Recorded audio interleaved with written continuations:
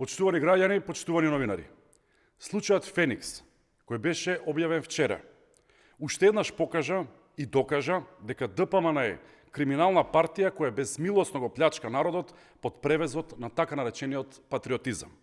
Поранешниот премиер и сега почесен претседател на ДПМН Никола Груевски, неговата десна рака Зоран Ставревски, екс-министерката Елизабета Канчевска-Милевска и двајца градоначалници од редовите на ДПМН се товарат дека го штетиле буџетот на државата за 16 милиони евра преку спомениците во проектот Скопје 2014.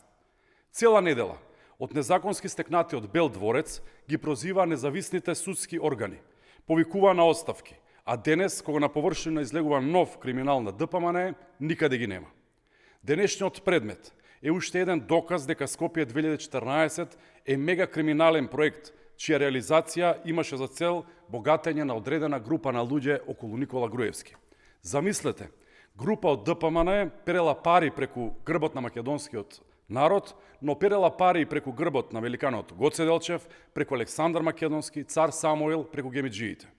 Дали по вчерашниот последен случај објавен во јавноста, Христијан Мицковски ќе поднесе оставка, затоа што е лидер на криминална партија за чии функционери постојано се отвараат предмети за сторен криминал. Почитувани граѓани, очекуваме одговори. Благодарам.